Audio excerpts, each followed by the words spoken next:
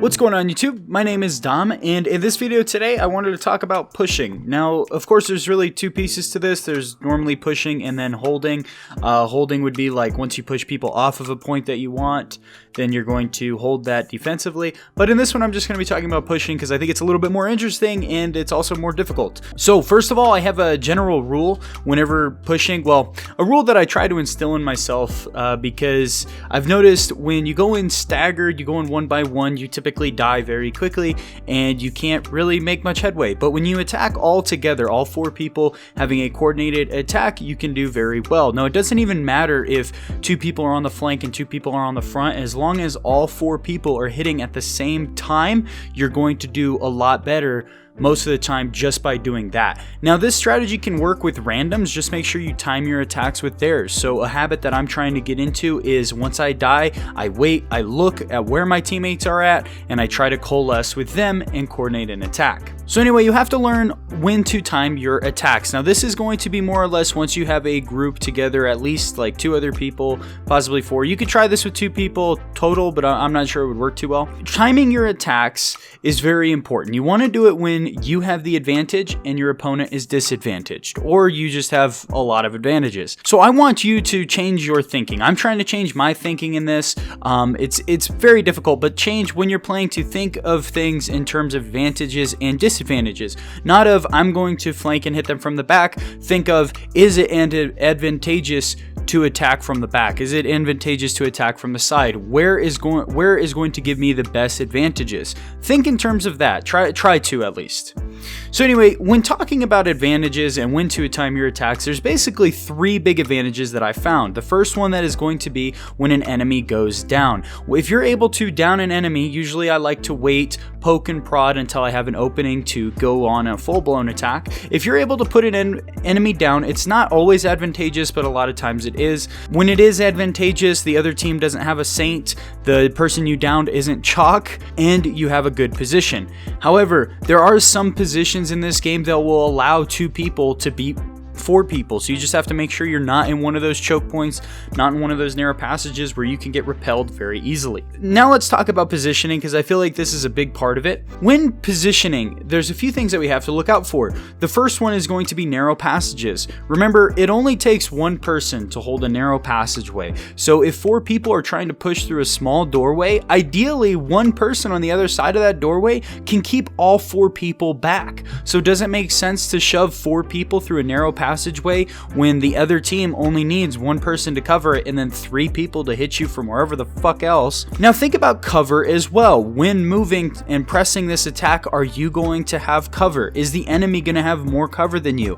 Whichever team has more cover is generally going to do a little bit better, just because your enemy fire isn't going to be hitting you if you're behind cover, and your fire is not going to be hitting them if they're behind cover. So think about things like that. However, too much cover can be a bad thing. Are you free to maneuver? Do you have open space? Is your enemy cramped? If you have more room to maneuver and your enemy is cramped, you are going to have the advantage. You want maneuverability. However, you don't want maneuverability without cover. Think about this. If there's one house in the middle of this giant open field, you're playing a battle royale or something like that, and you're going to attack this house. If you have 50 people attacking this house, there's only 10 people inside of the house. Those 10 people are advantaged because they have all the cover in the world, even though they don't have any place to maneuver. So you want to make sure that you have cover and you're cramping your opponent while at the same time not opting for maneuverability over cover.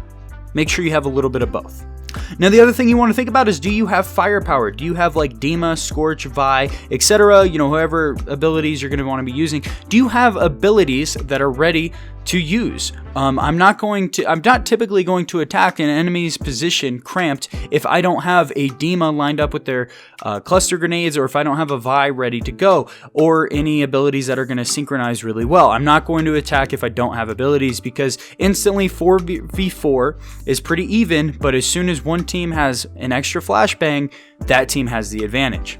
Also, you want to think about elevation. Are you fighting uphill or is your enemy? It's important to think of elevation as an advantage at all times. Even if you're slightly elevated, you're going to be in an advantage, particularly because if the enemy team is running around, it's a lot easier to shoot down at somebody than to shoot up at somebody. You have a bigger area, you have a bigger window of opportunity to hit headshots if you're shooting down on someone rather than if you're shooting up on someone. So you want to make sure you have elevation no matter how small. Now also, the third thing you want to think about is, can you cause the enemy to panic? Now there's different ways you can cause an enemy to panic. My number one way is to surprise attack. If you're playing very slow, very passive, and then all of a sudden you hit like a fucking force out of nowhere, you are going to cause them to panic because you're switching up the rhythm, you're in control of the tempo. They're not going to know what's going on, it's going to take them a second to adjust. So when you attack, make sure you do it quickly. Take advantage of enemies' panic.